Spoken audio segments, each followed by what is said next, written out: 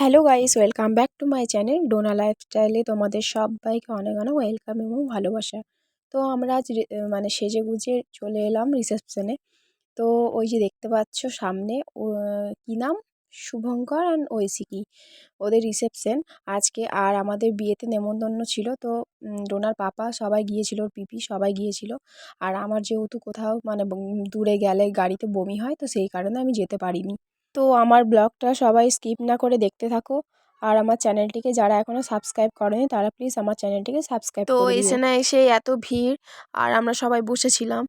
আর ওই যে দেখতে পাচ্ছ ফটো তোলা চলছে, তো সেই কারণে আমরা আর উপরে উঠতে পারিনি। দেখতেই পাচ্ছ ওখানে ওঠার জায়গাও নেই, আর জায়গাটা খুব শর্ট। তো আর ওই যে ছোটো ননদ বসে আছে ইয়েলো কালারের একটা শাড়ি পরে।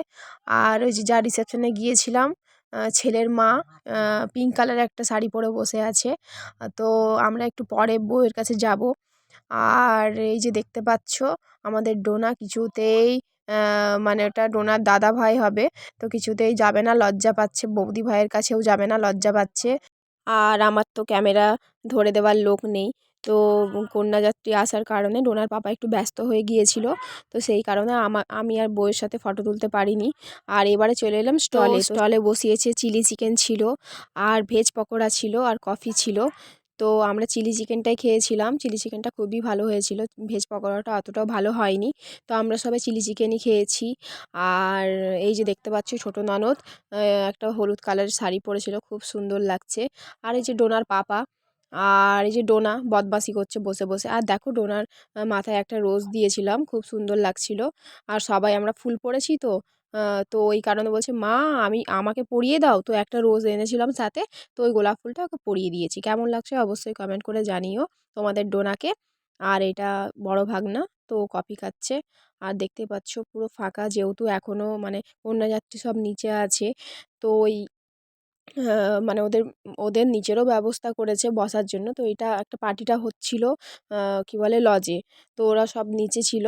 আর ওই কারণে একটু ফাঁকা যখনই দেখেছি ফট করে চলে এলাম বউয়ের সাথে ফটো তুলতে। তো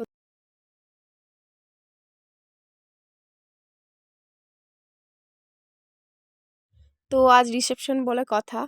আর ব্ল্যাক কালার আমার মানে ভীষণ প্রিয় কালার। তো প্রত্যেকটা মেয়েরই, বেশিরভাগ মেয়েরই ব্ল্যাক কালারটা খুবই পছন্দ। তো ওই জন্য ভাবলাম যে ব্ল্যাক কালারের শাড়ি মানে পরাই যাক, তো এই শাড়িটা পরে নিয়েছি। আর এর আগে এই শাড়িটা অনেকবারই পরেছি, তো যেহেতু আমি এর আগে ব্লগ করিনি, তো তোমরা নিশ্চয়ই কেউ দেখোনি। আর দিদি একটা ব্লু কালারের শাড়ি পরেছে। আর এই যে ডোনার পাপা দুজন সেম সেম শার্ট আর ব্ল্যাক কালারের জিন্স পরেছে। আর ওই হিসাবে ম্যাচ করে আমি ব্ল্যাক কালারের শাড়িটা পরেছি। আর এখন আমরা খাবার খেতে বসে গেছি। তো দেখতে পাচ্ছ আমি, দিদি, দাদা আর ডোনার পাপা আমরা সবাই একসাথে খেতে বসেছি। আর আমার ননদ ওরা পরে খাবে। তো দেখতে পাচ্ছ এই যে মেনু। তো আমি আর তোমাদের দেখালাম না কি কি খাবার খাবিয়েছে, মেনুটাই দেখিয়ে দিলাম। তো এই যে প্রথম পাতে পড়েছে স্যালাডটা পড়েছে। আর মাংস নিবি? তুই হাঁ করে ওদের দিকে তাকা, খাওয়াটা দেখ। ঠিক আছে।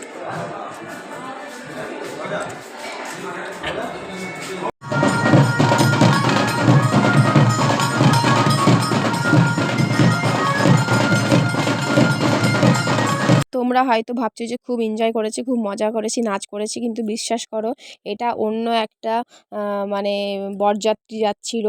আর ওই জন্য আমরা দাঁড়িয়ে দাঁড়িয়ে মানে ওদের নাচ দেখছিলাম।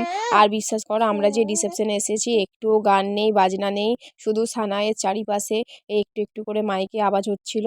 তো সেই কারণে আমরা বাইরে বেরিয়ে করে বরযাত্রী দেখছিলাম। আর আজকের ব্লগটা এতটা পর্যন্তই। কাল একটা নতুন ব্লগ নিয়ে চলে আসছি। সবাইকে ব্লগটা দেখার জন্য অনেক অনেক ধন্যবাদ।